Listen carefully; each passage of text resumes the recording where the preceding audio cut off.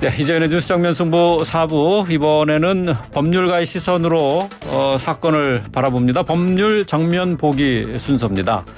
사건 사고에서부터 정치의 현안까지 두루두루 살펴보겠습니다. 오늘부터 이 코너를 맡아주실 분입니다. 박성배 변호사 나오셨습니다. 안녕하세요. 안녕하십니까? 네. 자, 먼저 오늘은 한창 재판이 진행되고 있는 대장동 이슈를 좀 살펴볼까 해요.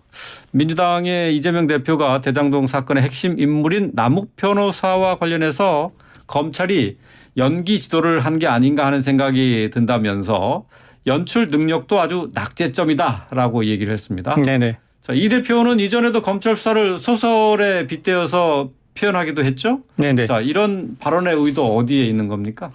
남 변호사가 과거에 방송 인터뷰에서 이재명은 씨알도 안 먹힌다는 발언을 한 것은 사실입니다. 그러다가 최근에 구속 상태에서 석방된 이후에는 이 대표 측에게 금품을 건넸다 등 이 대표 측에게 불리한 진술을 반복해서 하고 있습니다. 네. 이를 두고 변호사 출신인 이재명 대표가 한마디를 하지 않을 수 없었던 것 같습니다. 이 자금 수수가 주요 쟁점인 사건에서 계좌 이체 등 객관적인 정황이 드러나지 않은 경우에는 결국 자금을 제공했다는 자의 진술만으로 유죄를 인정하기 위해서는 일관성, 합리성 등도 인정되어야 할 뿐만 아니라 그 사람의 인간 됨됨이 나아가 수사를 받고 있다면 궁박한 상태에서 벗어나기 위한 조치가 아니었는지를 따져보아야 한다는 것이 대법원 판례입니다. 이재명 대표 댐댐이도 살펴봐요? 대법원 판례가 명시하고 있는 부분입니다. 그래요? 인간 댐댐이가. 인간 댐댐이? 변호사 출신의 이재명 대표가 이 부분을 지적한 것으로 보이고 비록 김용 전 부원장과 정진상 실장이 구속되긴 했지만 검찰이 수사 단계에서 수집한 증거만을 토대로 판단한 것이라 향후 재판 단계에서 충분히 검찰이 확보하고 있는 증거를 확인하고 이를 반박하는 과정에서 무죄가 선고될 수 있다. 그렇지만 재판은 오랜 시간이 걸리죠. 그때까지 정확한 입장을 내지 않기에는 너무 오랜 시간을 지체해야 한다. 지금 현 시점에서 나름대로 혐의가 없다는 자신감을 내비쳐야 지지자들뿐만 아니라 국민들을 설득할 수 있고 당 대표로서 또 향후 정치 행보에 걸림돌이 되지 않을 수 있다는 판단하에 이와 같은 발언을 한 것 같습니다. 네. 자, 이재명 대표의 발언에 대해서 남욱 변호사도 한마디 했습니다. 이 캐스팅한 분이 발연기를 지적해서 송구스럽다. 하지만은 이 작품은 영화가 아니라 다큐멘터리라고 받아쳤는데요. 자, 결국 이제 대장동 사건을 기획한 게 이재명 대표다. 그런 얘기 아니겠습니까? 이 대표가 캐스팅했다는 말인가요? 라는 기자 질문에는 딱히 대답을 하지 않고 들어갔습니다. 그렇지만 전체 기획자가 이 대표고 관객에게 모습을 드러내지 않는 연출자가 이 대표라는 의미로 읽히죠. 네. 남욱 변호사는 전체적인 상황을 인지할 수는 있을지언정 이재명 대표를 직접 대면해서 사업을 진행하지는 않은 것으로 보여서 그 진술의 신빙성은 더 따져봐야 합니다. 사실 검찰의 시각에서 보자면 대장동 사건에 연루된 인물들은 크게 두 부류로 나뉘죠. 먼저 공직자 부류로 이재명 대표가 윗선인지 여부는 차치하고라도 김용 전 부원장, 정진상 실장, 유동규 전 본부장이 공직자 그룹이고 그렇죠. 민간 사업자로는 김만배, 남욱 변호사, 정영학 회계사 등이 있습니다. 네. 남욱 변호사 입장에서는 혐의를 벗어내기가 쉽지 않은 경우라면 사업 전체를 구상하는 자 중에 특히 민간 사업자 중에서는 김만배 씨가 주범에 해당하고 그리고 전체 대장동 사태가 유발되게 된 원인이 공직자 그룹의 요구에 의한 것이다라는 점이 입증된다면 자신의 죄가 인정된다고 하더라도 형량이 상당히 줄어들 가능성이 높습니다. 아, 그래요? 이 점을 노렸다는 해석도 가능하기 때문에 그 진술의 신빙성 여부는 계속해서 따져 나가야 할 것 같습니다. 남욱 변호사뿐만 아니라 김만배 씨 또 그리고 정영학 회계사 다 같은 그 운명 공동체 아닌가요? 꼭 그렇지는 않습니다. 민간 사업자 중에서도 김만배 씨의 경우에는 물론 이 사업 초반에 주도했던 인물은 남욱 변호사로 보이는데 어떠한 사정에서건 김만배 씨가 주요 사업자로 전면에 나선 것으로 보이고 혐의가 인정된다면 배임죄와 뇌물죄 등이 들 텐데 민간 사업자 중에서도 이 사업 전반을 주도한 인물 김만배 씨에게 높은 형량이 선고될 가능성이 높습니다. 그렇다면 김만배 씨 입장에서는 형량을 낮추려는 전략보다는 혐의를 벗어야 하는 절박한 사정이 있고 남욱 변호사 등은 혐의를 벗어낸다면 좋지만 그렇지 못할 경우라면 형량을 낮추는 방향으로 사건 전략을 수정할 가능성도 충분히 있는 것이죠. 그러니까 김만배 씨 입장에서 이 재판에서 유리하게 상황을 끌고 가려면은 지금 어쨌든 그 유동규 씨를 비롯한 정진상, 김용 이런 사람들한테 돈을 줬다라는 진술을 해서는 안 되는 건가요? 혐의를 벗어내지 않는다면 유죄가 인정될 경우 김만배 씨 등에게는 뇌물죄 형량이 매우 높을 뿐만 아니라 형량 자체도 높은 데다 현재 확보하고 있는 수익이 모두 몰수되는, 즉 몰수 추징 대상이 되게 됩니다. 그 피해가 김만배 씨 등의 입장에서는 만만치 않기 때문에 혐의를 벗어낼 수밖에 없는 입장이고, 다른 남욱 변호사나 정영학 회계사 등은 그 입장이 다소 다를 수가 있습니다. 주도자가 아니라고만 판단이 선다면 형량을 대폭 낮출 여지가 있는 것이죠. 네.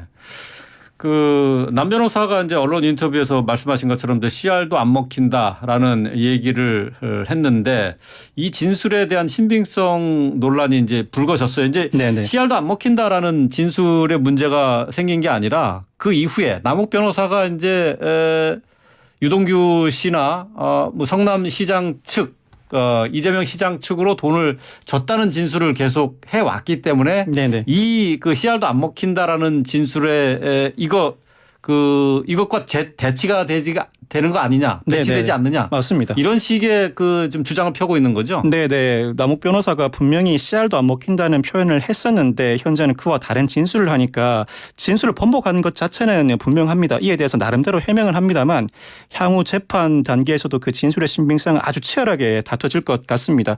근데 남욱 변호사의 대부분의 진술이 누군가로부터 전해 들었다는 내용이긴 합니다.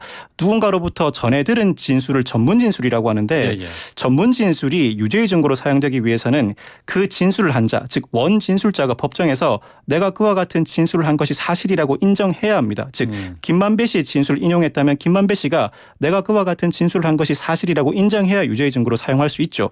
그렇지만 남욱 변호사의 진술이 모두 전문 진술이냐, 그렇지는 않습니다. 예를 들어 자금을 마련하고 전달하고 사용했다면 전달하고 사용하는 과정에서 누군가가 어디에 전달해서 사용한다고 하더라라는 진술을 한다면 이는 전문 진술입니다. 그렇지만 남욱 변호사가 전달의 중간 과정에 있음을 전제로 할 때 자금을 마련해서 전달받은 과정에 본인이 직접 개입했고 그와 같은 진술을 한다면 이는 전문 진술이 아니라 직접 증거해도, 즉 남욱 변호사의 진술은 일정 부분은 전문 진술이기도 하고 일정 부분은 직접 진술이기도 합니다. 즉 직접 진술은 곧바로 유죄의 증거로 사용될 수 있는데 전문 진술에 해당하는 부분은 그 진술의 신빙성 이전에 원 진술자가 그와 같은 진술을 해주는 등 증거 능력 부여 절차를 반드시 거쳐야 하는 것입니다.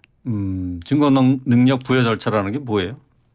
유죄의 증거로 사용할 수 있는 가치입니다. 증거 능력을 부여받아야 그 진술이 신빙성이 있는지를 따져볼 여지가 있습니다. 만약 증거 능력조차 인정되지 않는다면 원 진술자가 그와 같은 진술을 한 적이 없다고 주장하게 되면 재판부는 이를 유죄의 증거로 거론조차 할 수가 없습니다. 거론할 김만배 씨가 그런 말을 하지 않았다라고 하면은 증거 능력이 없다는 얘기인가요? 증거 능력이 없다는 의미입니다. 증거에 포함시켜서 신빙성 여부를 판단할 수조차 없게 되는 것이죠. 그렇군요. 자, 이게 지금 CR도 안 먹힌다라는 게 갑자기 등장한 것은 결국은 남욱 변호사의 진술 신빙성을 뭐 이제 법률적인 용어로 탄핵한다는, 부정한다는 그런 측면에서 이제 나온 얘기 아니겠습니까? 그런데 이거는 검찰 조사 받기 이전에 언론과 인터뷰한 내용이잖아요. 네네. 근데 이게 법정에서도 이게 진술의 일관성 이거를 판단할 수 있는 기준이 되는 겁니까? 기준이 될 수 있습니다. 그러니까 많은 분들이 수사를 받거나 재판을 진행할 때의 진술만 자백 내지는 진술이라고 오인하는 경우가 있는데 극단적으로 자백은 피고인이 일기장에 쓴 내용도 자백입니다. 즉 수사기관이나 재판, 법정에서의 진술만 자백이 아니라 여타 공간에서의 진술 모두가 자백으로 평가받고 관련자의 진술도 비단 수사기관 등에서의 진술뿐만 아니라 언론 인터뷰를 포함해 여러 사람들에게 전했던 말들도 그 진술의 일관성이 인정되어야 신빙성을 인정받을 수가 있습니다. 특기할 만한 부분은 현재 남욱 변호사는 증인으로서 이와 같은 진술을 하고 있습니다. 그렇지만 남욱 변호사는 대장동 사건의 피고인이기도 하죠.